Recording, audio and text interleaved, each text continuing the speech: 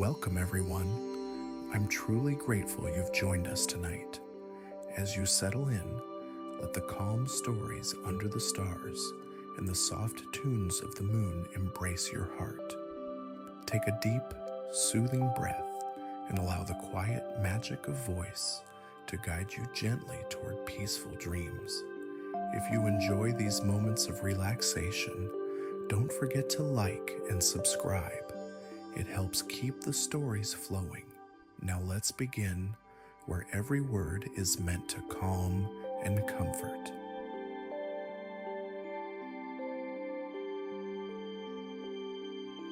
The wind swept off the Atlantic with a bitter insistence, carrying salt and memories along the rugged coastline of County Kerry.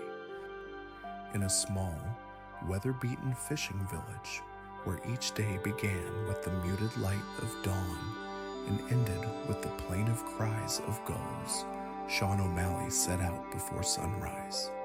His boat, a modest sloop patched over time with care and rough determination, bobbed on the heaving water like a faithful old friend.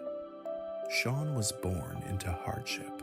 The sea had been both his livelihood and his torment since childhood, but he held within him a steadfast hope, as enduring as the lashing winds that shaped his world. Every morning, as he pushed off from the worn wooden dock, Sean would pause at the water's edge. In that brief, sacred moment, he would look toward the distant horizon and think of Moira. For in the soft, pre-dawn hours, when the world was still asleep and the sea whispered secrets to those willing to listen, Moira's laughter and gentle smile danced in his mind like a fleeting vision. She was the daughter of a prosperous merchant, raised with the comforts of wealth and the expectations of society, yet her heart was as wild and yearning as his own. Moira Byrne lived in a large stone house overlooking the harbor, a stark contrast to Sean's humble cottage near the quays. Though her world was filled with finery and polished manners, Moira felt caged by the rigid expectations of her station.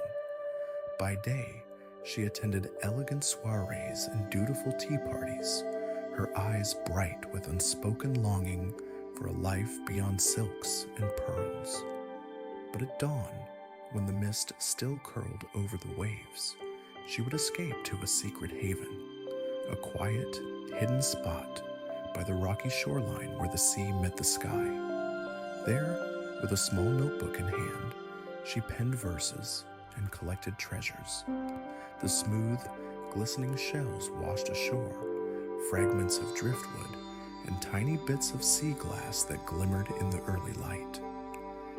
In these private moments, Moira felt free, and sometimes, as fate would have it, she would encounter a familiar, rugged silhouette, a young man whose eyes held both sorrow and fierce determination.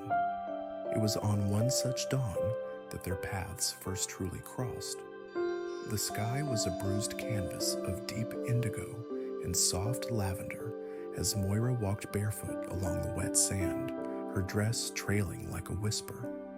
She knelt by a cluster of tide pools, carefully lifting a particularly lustrous shell from the water.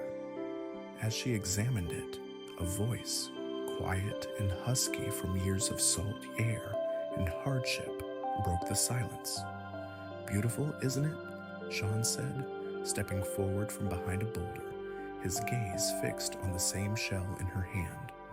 Startled, Moira looked up. Their eyes met, a flash of emerald meeting the deep blue of the sea, and in that moment, time seemed to hold its breath. I suppose it is," she replied softly, tucking the shell into the small notebook she carried. From that day on, the two began to meet in secret. Each dawn, as the first hints of sunlight painted the water in gold and rose, Sean would appear along the shoreline. In the gentle haze of early morning, they would exchange small tokens, a smooth shell from the sea, a folded scrap of handwritten verse, even a single brightly colored wildflower that Sean had managed to find among the cliffs. In these moments, their worlds, so widely separated by class and circumstance, converged into a quiet sanctuary where only the language of nature and poetry mattered. At first, their meetings were tentative. They spoke in hushed tones about the beauty of the sea and the endless horizon, about dreams that seemed as impossible as catching the wind. Sean would recite lines of old folk songs he'd learned from his father, his rough hands gesturing animatedly as he spoke of a life lived simply and honestly. Moira, her voice gentle and melodious despite its cultivated restraint, would recite fragments of the poems she adored, words that spoke of longing and liberation. Each exchange was imbued with a sense of rebellion, a defiance of the rigid boundaries set by society, a silent promise that love could bloom in the hidden corners of a harsh world. But as the weeks slipped by like grains of sand through desperate fingers, a shadow loomed over their secret idol. Moira's father, a stern merchant whose wealth and pride had long been the foundation of the Byron family, began to notice his daughter's frequent absences at dawn. Rumors circulated among the well-to-do families that Moira was spending too much time wandering along the rugged shores, where the cold wind bit into the flesh and the salt stung the eyes. His suspicions grew, and with them came an unyielding determination to protect his daughter from what he saw as a disgrace, a match with someone so far beneath her station. In hushed tones over claret and heavy tobacco, Moira's father arranged a marriage for her. The chosen groom was the son of a local landlord, a young man of impeccable breeding and assured fortune, whose family name carried weight in every corner of the county. The match was set not out of love, but as a calculated alliance to solidify the Byrne family's standing among the gentry. When the news reached Moira, it shattered the delicate cocoon of her secret dreams. Tears glistened in her eyes as she clutched her notebook close to her heart, and in that painful moment, she knew that her secret rendezvous with Sean was in grave danger. Word of the arranged marriage spread like wildfire through the village. Whispers in the narrow lanes, sidelong glances from neighbors, and the ever-watchful eyes of those who believed in preserving class and honor. None of it could change the course of fate. For Moira, the decision was not hers to make, and for Sean, the news was a bitter pill that stung more than any salt spray from the sea. The love they had nurtured in secret was now threatened by the relentless, unforgiving weight of tradition. In a desperate bid to reclaim the life he had dared to dream of with Moira, Sean resolved to take a risk that bordered on madness. He decided that if he could not win her away from the chains of wealth and societal expectation through words alone, he would prove his worth with the one thing he knew best, the sea. With grim determination etched on his weathered face, he set out to catch enough fish to buy her freedom. For in their poor village, a fisherman's catch was the currency of life, a symbol of the sweat and heartache that went into every net cast upon the turbulent waters. For days, Sean sailed into the heart of the Atlantic, venturing farther than ever before. The sea, both generous and cruel, tested his skill and his resolve. Storms gathered on the horizon, dark and relentless, as if warning him of the price of defiance. But Sean pressed on, guided by a singular thought, that he would not let the love of his life be forced into a loveless marriage, that he would prove to the world and to Moira that his love was as deep and enduring as the ocean itself. On a particularly savage night, when the wind screamed like 1,000 lost souls and the waves towered like ancient giants, Sean battled the elements with a ferocity born of desperation. His small boat was tossed about like a toy in the raging waters, each thunderous crash of the waves a reminder of the stakes. Hours passed in a blur of cold, wet fear and determined strength until at long last, his nets were full. With every ounce of his battered strength, he hauled the heavy catch aboard, the fish writhing and glistening in the intermittent flashes of lightning. Sean's heart pounded with hope and dread alike. If this catch was enough to purchase Moira's freedom, then his risk would not have been in vain. When he finally returned to the village, the storm having subsided into a troubled calm, Sean's boat was laden with the day's hard-won bounty. His eyes, tired but alight with determination, scanned the shore for any sign of Moira. He made his way to the small market where fishermen and townsfolk gathered, his mind reeling with the thought that his success might change everything. Yet as he approached the church that stood at the center of the village, his heart sank like a stone in the sea. There, in the courtyard before the grand stone edifice, a wedding procession was already underway. Moira's wedding, arranged by her father, was being celebrated with pomp and circumstance befitting a lady of high birth. In her bridal gown, with a delicate bouquet clutched tightly in her arms, Moira was being led toward the church in a procession that was as public as it was final. The sight of her, radiant yet resigned, was a cruel twist of fate for Sean. He could scarcely believe that while he had risked his life battling the sea, she was about to be forced into a future not of her choosing. For a long, agonizing moment, time itself seemed to freeze. Sean stood on the shore, his hands gripping the ropes of his boat until his knuckles turned white. And then, as if compelled by a force greater than despair, Moira's eyes locked with his across the crowd. In that instant, there was something unspoken passed between them, a silent plea, a declaration of defiance against the chains that bound her. Moira's eyes shone with tears that glistened like pearls in the morning light, and in a stunning, heart-wrenching gesture, she dropped her bouquet. With the grace of a dancer and the urgency of a heart set free, she broke away from the procession and ran toward the water's edge. The sight was both miraculous and devastating to behold. Moira's gown billowed behind her as she sprinted across the wet cobblestones, her bare feet splashing in the shallow tide.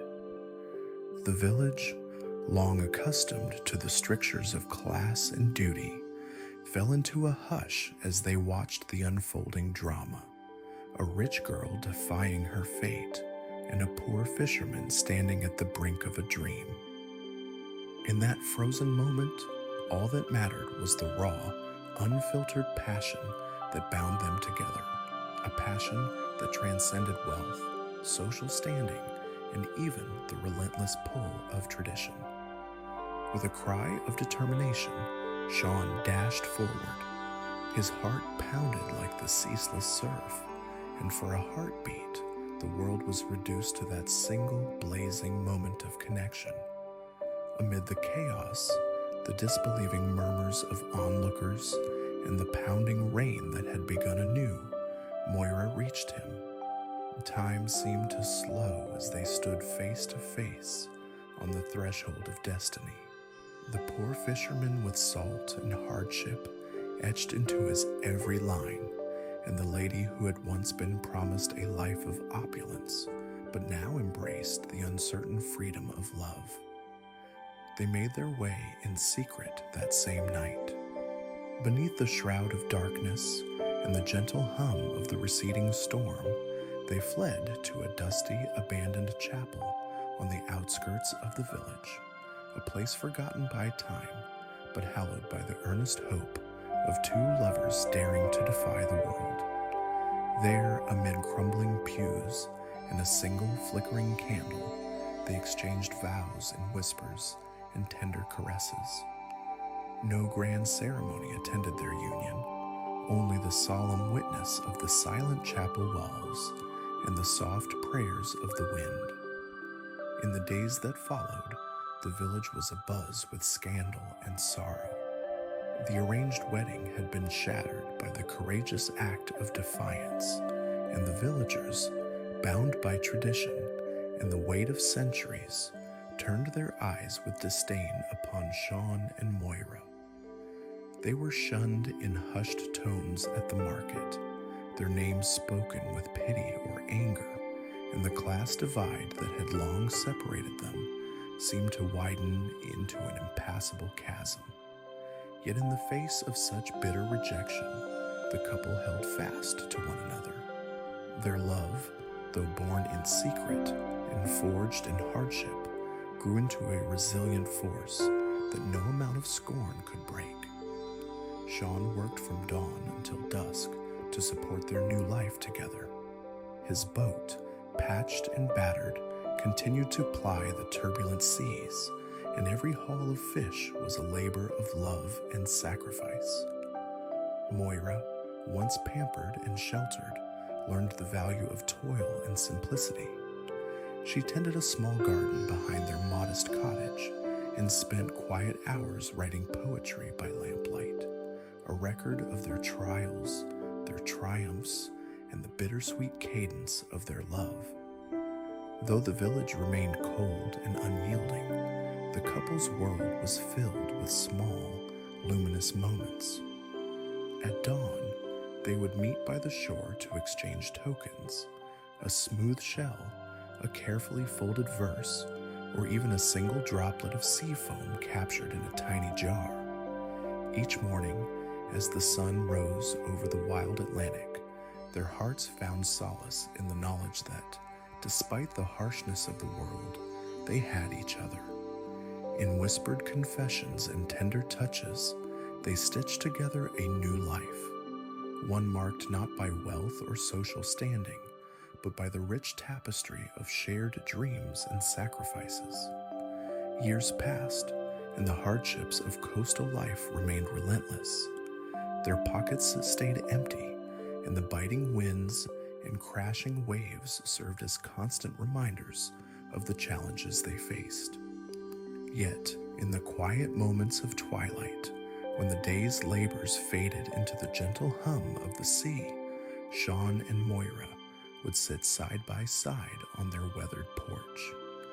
There, under a sky streaked with the colors of a fading sunset, they would hold each other close and listen, not to the clamor of a prosperous life, but to the soft, persistent beat of their hearts intertwined.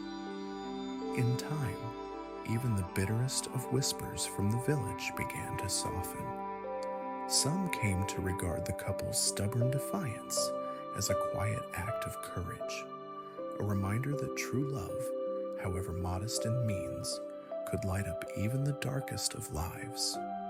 Children, unburdened by the prejudices of adulthood, would sometimes play near the shore and mimic the secret meetings of the lovers, their laughter echoing like a gentle benediction over the rocky beaches.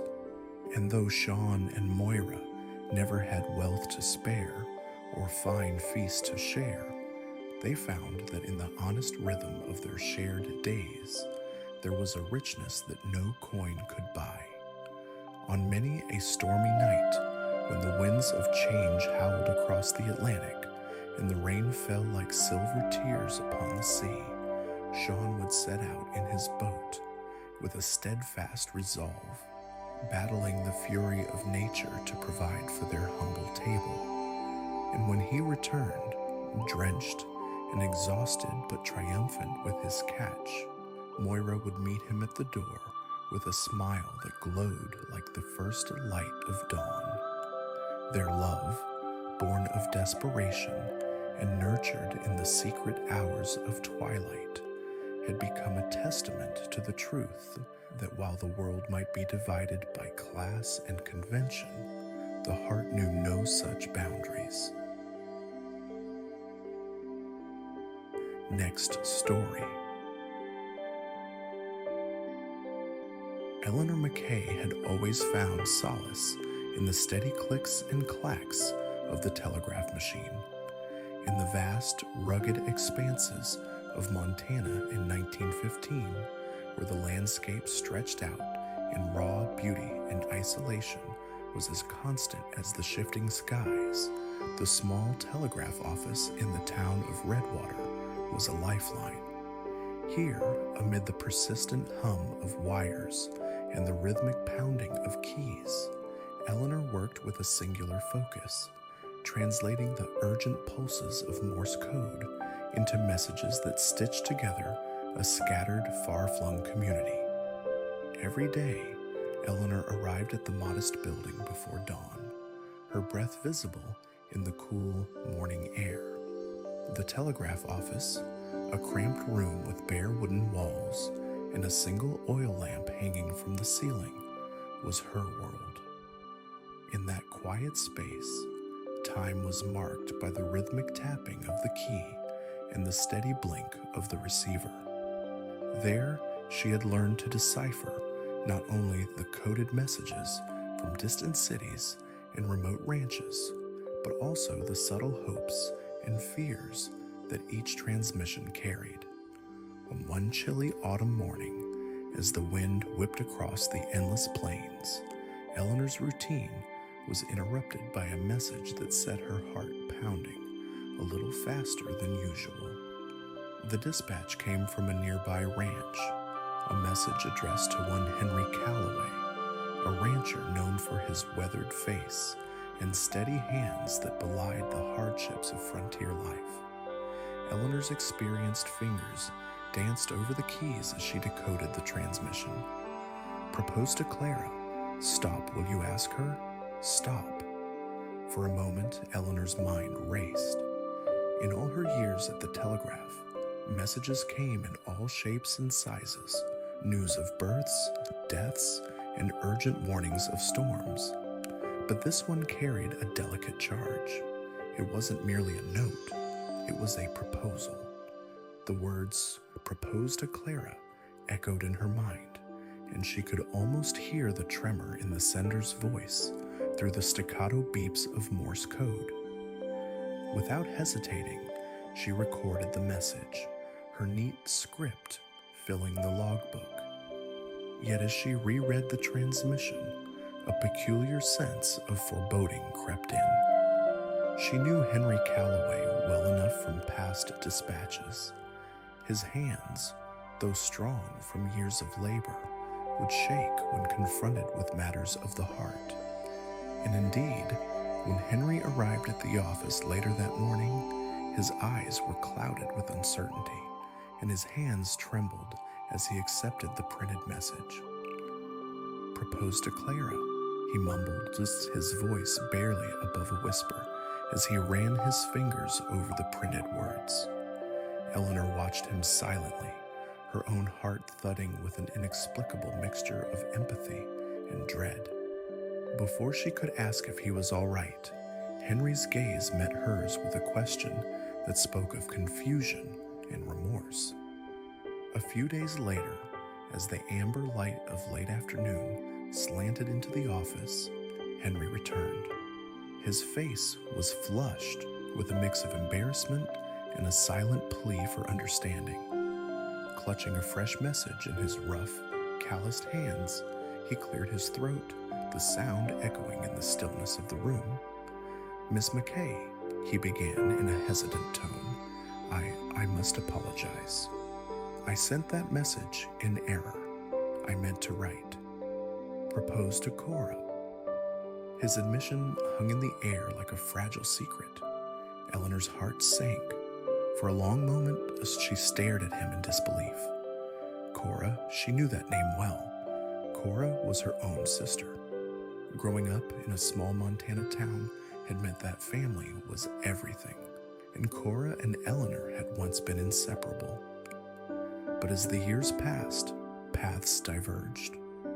Cora had left for the city, seeking adventures and dreams far from the harsh realities of frontier life, while Eleanor had stayed behind, tethered to duty and the rhythms of the telegraph.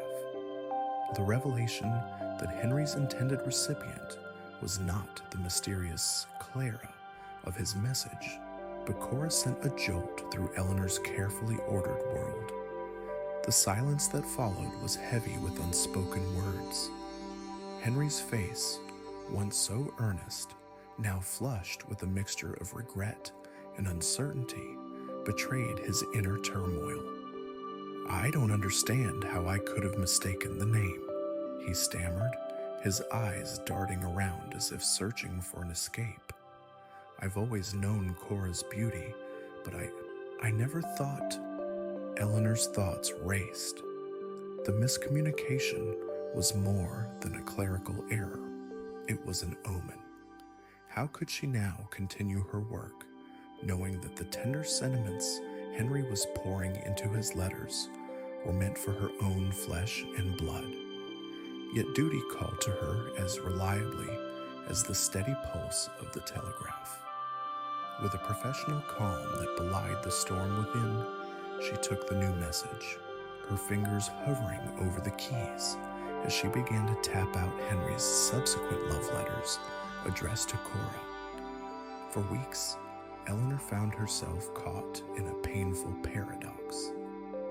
Each evening, as she sat at the telegraph machine, the room bathed in the soft glow of the oil lamp, she meticulously relayed Henry's messages to the dispatch office. The letters, filled with declarations of admiration and tender hopes for a future with Cora, were meant to be delivered to the ranch, where Henry awaited the day he could finally win over the object of his affection.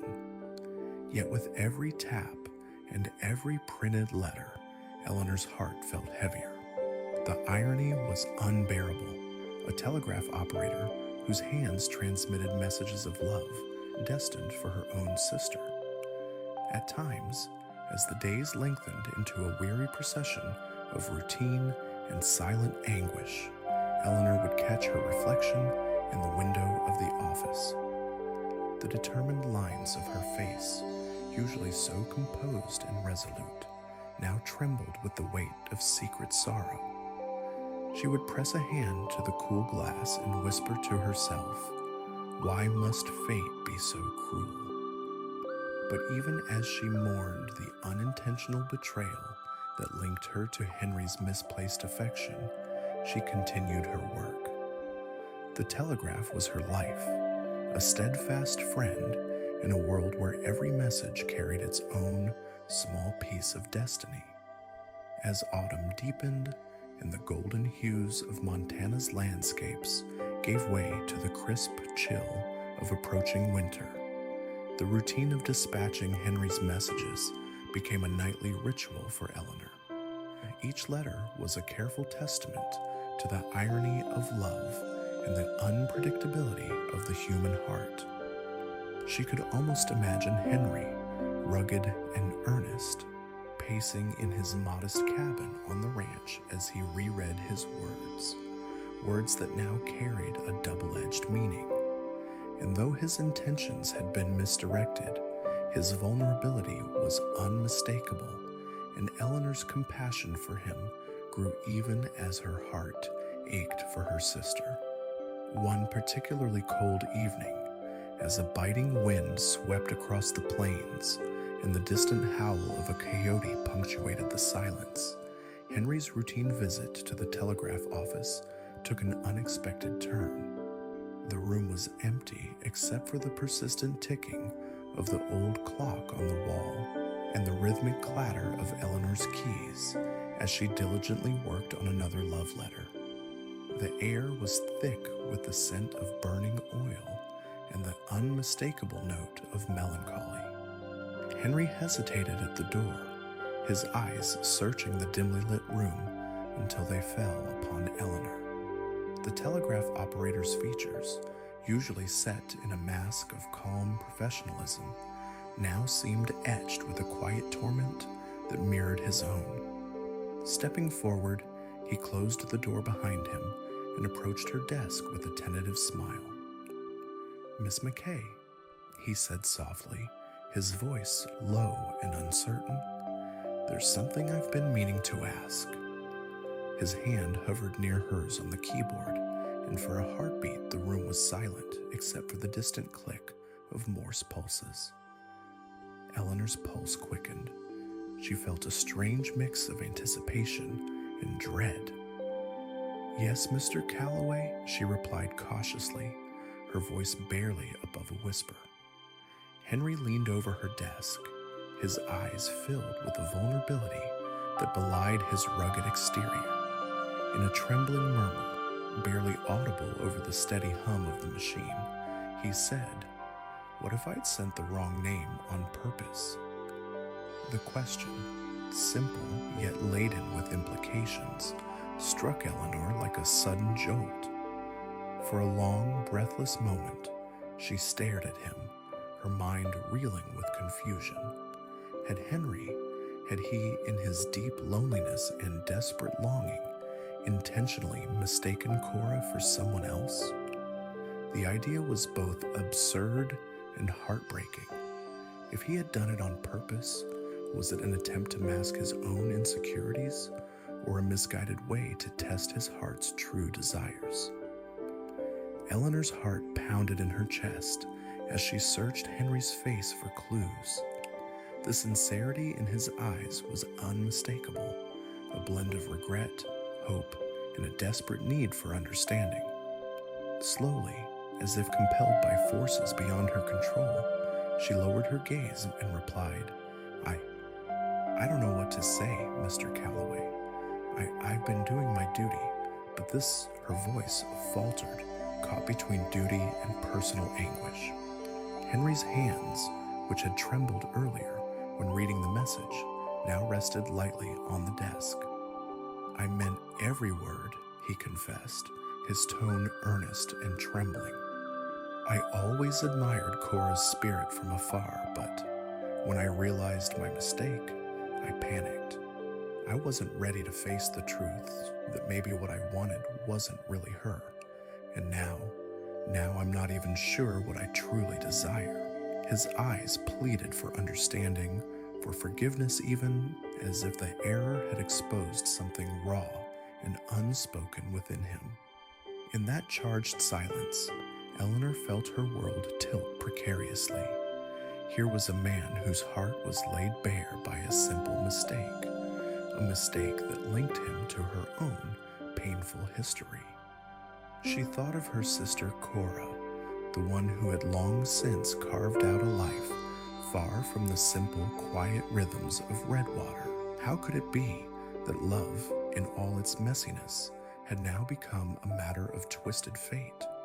And yet, as Henry continued to speak in low, earnest tones, Eleanor began to understand that the heart often chooses in mysterious ways, guided by forces that defy logic and convention. Over the following weeks, the telegraph office became a stage for unspoken dramas and tender contradictions. Every day, as Eleanor tapped out Henry's love letters, each carefully composed message intended for Cora, she felt a growing inner conflict. With every stroke of the key, she wondered if she was complicit in a secret that might shatter the fragile bonds of family and honor. Yet duty held her firmly in place, and she continued her work, letting the pulses of Morse code speak for her when her own voice failed.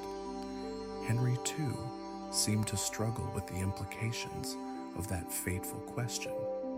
His visits became more frequent, and each time he left the office, his eyes betrayed a mix of shame and hope. In quiet moments between transmissions, He would linger by the door, as if gathering the courage to say more, to reveal the true nature of his feelings. But the words never came, only the soft click of the telegraph key and the low murmur of distant Montana winds. One wintry afternoon, when the light outside was weak and the cold seemed to seep into every corner of the telegraph office, Eleanor found herself alone with her thoughts. The room was filled with the gentle hum of machinery and the persistent, measured beat of her own heart. She gazed out the frosted window at the barren landscape beyond, the vast Montana plains stretched out like a canvas of endless white. In that quiet moment, the weight of the secret pressed upon her. She knew that every message she sent was now laced with the bitterness of mistaken love and unspoken sacrifice. The thought of her sister Cora, far away and oblivious to the tangled emotions that now bound her to a man she barely knew, filled Eleanor with an aching loneliness. As the days melted into weeks, the routine of tapping out love letters became an act of both duty and penance. Eleanor's fingers moved automatically over the keys, her mind adrift with questions and regrets. Who was Henry, really? Was his admiration for Cora genuine, or had his heart been swayed by the allure of a mistake? And what of her own heart? Had she, in some silent, hidden way, yearned for a different life, one where the name on the message could have been her own? Late one evening, when the telegraph office was bathed in the soft glow of a solitary oil lamp, and the distant howl of the Montana wind whispered through the cracks in the window, Eleanor finally allowed herself to confront the truth. She sat down at her desk, her hands hovering over the keys, and began to write in a small, leather-bound journal, a habit she had maintained for years, though only to record the day's work.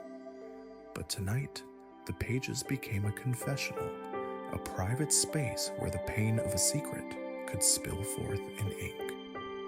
I have heard a man's confession through the wires, she wrote slowly, each word deliberate.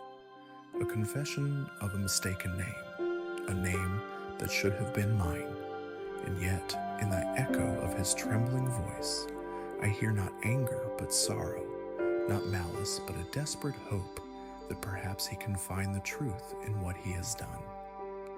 I wonder if love, in its infinite mystery, might sometimes disguise itself as error, an error that, once revealed, is meant to teach us something about the very nature of sacrifice.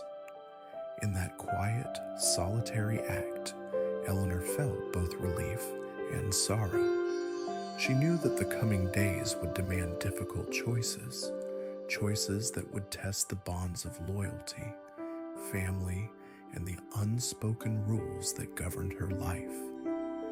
But for now, as the telegraph key clicked softly in the background and the ink dried on her journal page, she allowed herself a moment of vulnerable honesty.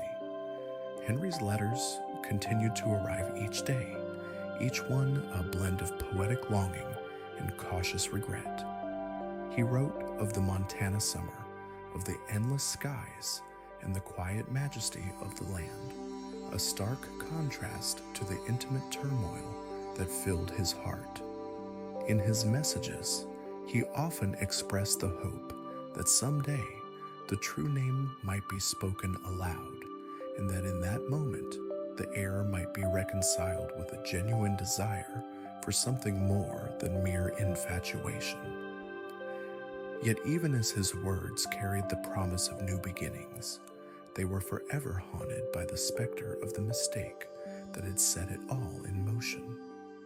Then, one night, when the sky was ink black and the only light came from the flickering oil lamp in the telegraph office, fate intervened once more.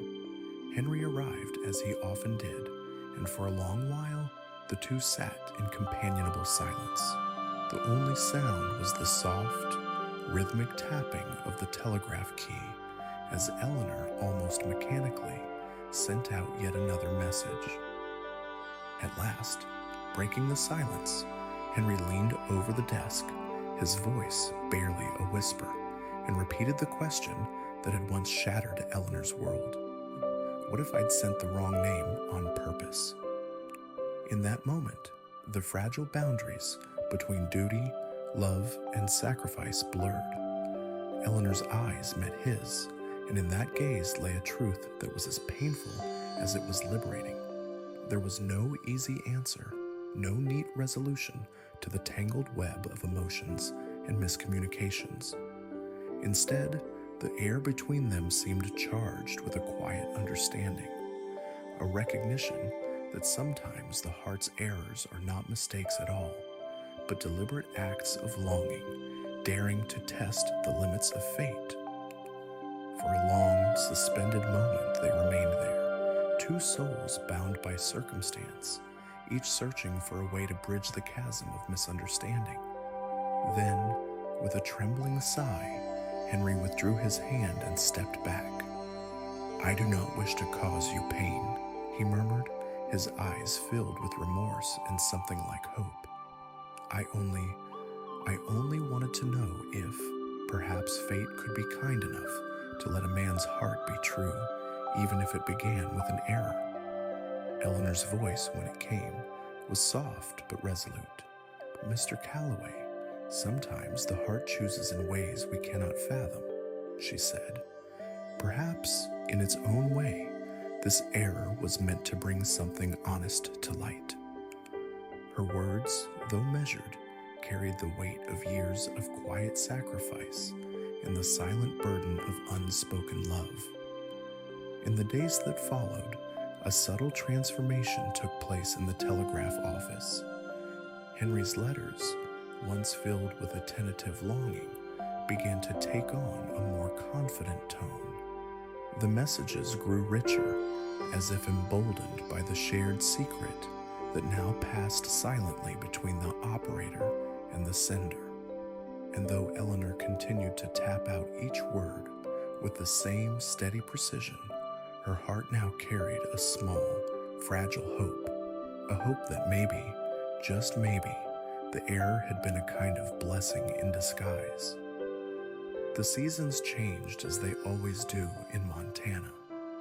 Winter gave way to the brittle promise of spring, and the harsh landscapes softened under the gentle caress of new life. In that time, Eleanor's internal struggle remained, an undercurrent to the daily transmissions that carried Henry's declarations of love. Every message he sent was a reminder of the tangled fates that had brought them together, a dance of error and intention that defied the simple neatness of written code. One crisp morning, as a soft mist rose from the dewy fields outside, Eleanor found herself alone in the telegraph office before the day's work began. The air was cool and fresh, and the distant mountains stood as silent witnesses to the passage of time. As she sipped her weak coffee and watched the first rays of sunlight touch the horizon, her mind returned to that night when Henry had whispered his provocative question. A part of her ached with the knowledge that the message, the error, was inextricably linked to her own past, one that involved not just duty, but a family bond that had long been strained by distance and unspoken rivalry. Eleanor's thoughts wandered to her sister Cora, so far away, so different, and yet once the center of her world.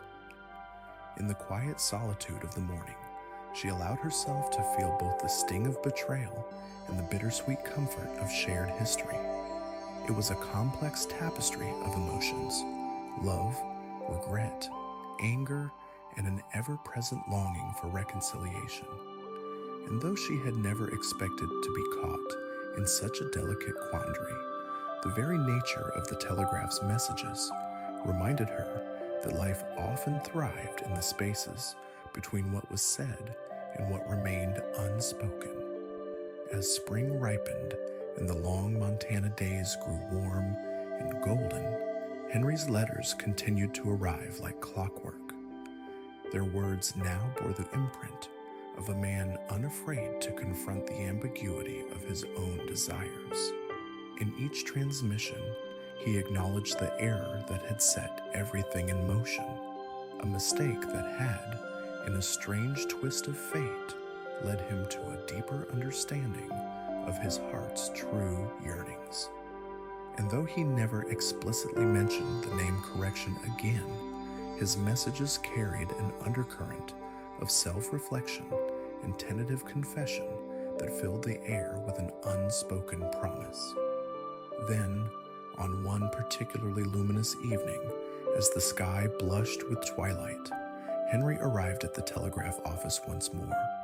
The day had been long, and the air still held the soft glow of summer. When he stepped inside, Eleanor found that the familiar tension had softened into something resembling resolve. With a steadying breath, he leaned over her desk one final time, his eyes locked with hers in a silent, fraught communion. "Miss McKay," he said gently, "I've come to ask, no, to say, that perhaps I sent that message the wrong way on purpose, not to deceive, but to test my own heart, to see if what I felt was strong enough to overcome a simple error."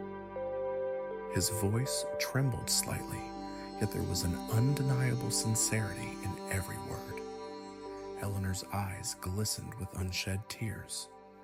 In that instant, the myriad emotions that had haunted her for weeks converged into a single, shattering clarity.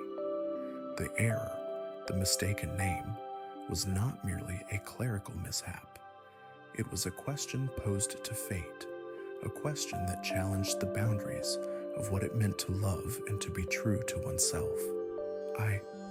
I cannot say what the future holds," she replied softly, her voice steady despite the tumult inside her. "But perhaps sometimes our hearts choose paths that are not meant to be clear or easy.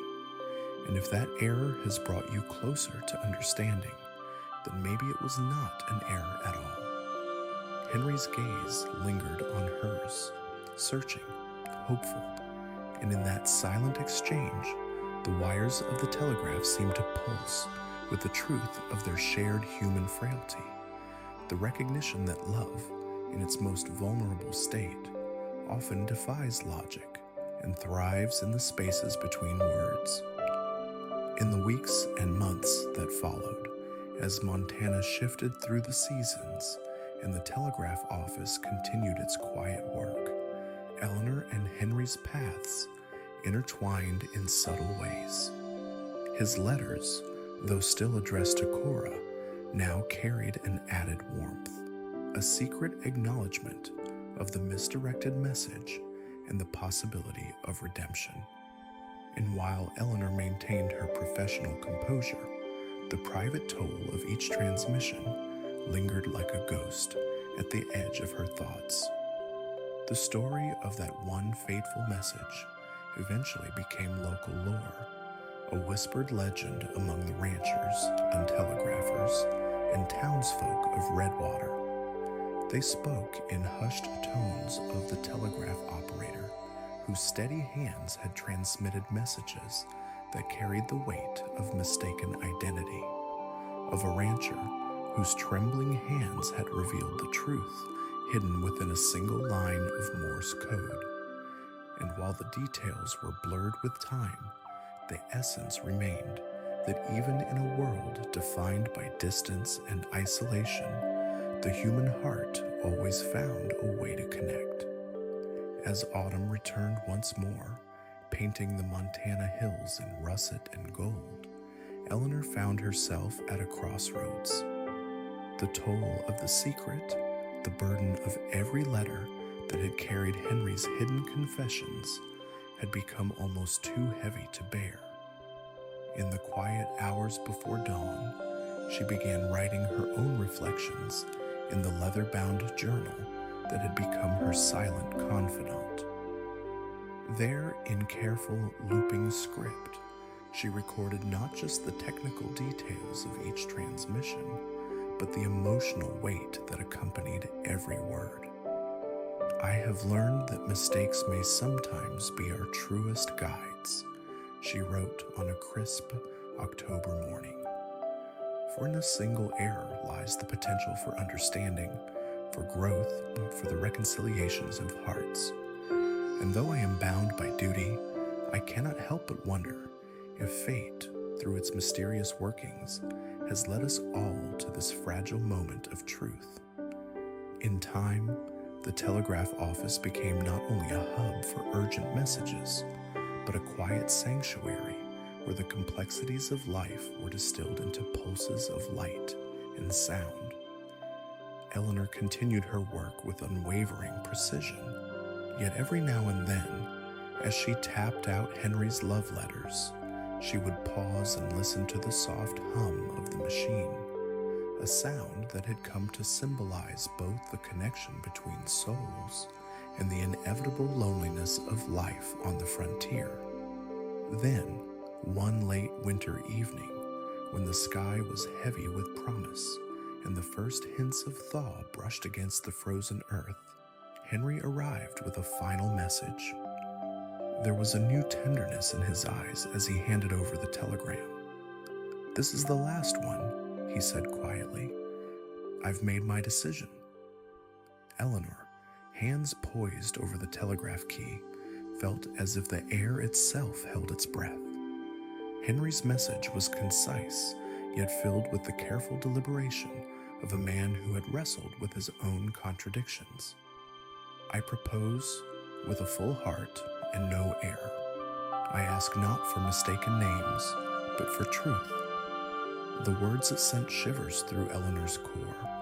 In that moment, the tangled web of fate and error, sacrifice and desire seemed to unravel into a single, luminous truth.